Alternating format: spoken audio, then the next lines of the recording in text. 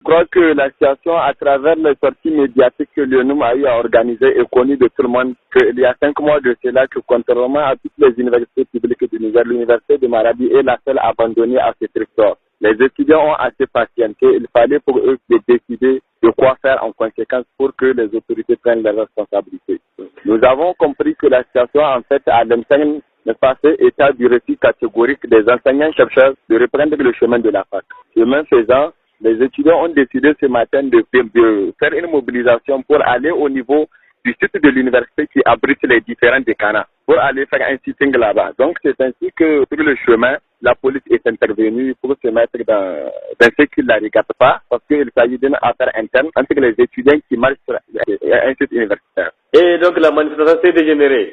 C'est de là que ça dégénère. Naturellement, les étudiants n'ont pas fait attention à la police. La police ne devrait pas s'ingérer dans notre affaire. Parce que si c'était une marche, on aurait prévenu les autorités locales, n'est-ce pas? Donc, du moment où on ne les a pas touchés, du moment où on estime que au sein de l'université, nous n'avons pas besoin de l'autorisation d'une quelconque autorité politique, la question elle est purement institutionnelle et au nom du principe des franchises universitaires, je crois que nous n'avons pas à demander permission auprès de qui que ce soit pour faire une mobilisation sur un site propre à l'université. Donc, la police s'est offert le luxe d'intervenir et ça a dégénéré. Oui, ça a dégénéré. Est-ce qu'il y a des blessés ou des arrestations parmi vos camarades?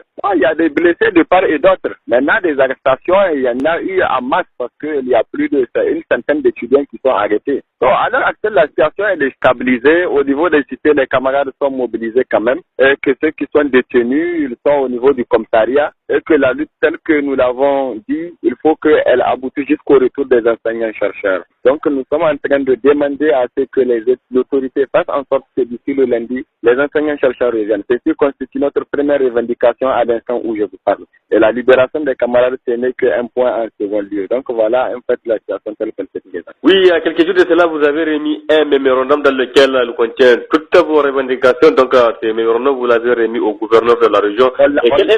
Suite à ce mémorandum, le gouvernement de Magadi s'est engagé à faire en sorte que la procédure engagée avec le Cobank qui devrait assurer le paiement de la prime de recherche au nom de laquelle les enseignants-chercheurs ont engagé cette grève illimitée. Donc, il se trouve que la procédure n'a pas connu une avancée significative. Donc, vraiment, c'est ce qui fait que vraiment la situation elle a tardé. Donc, en un mot, suite au mémorandum, il y a eu des échanges basés sur des engagements verbaux entre nous et les autorités.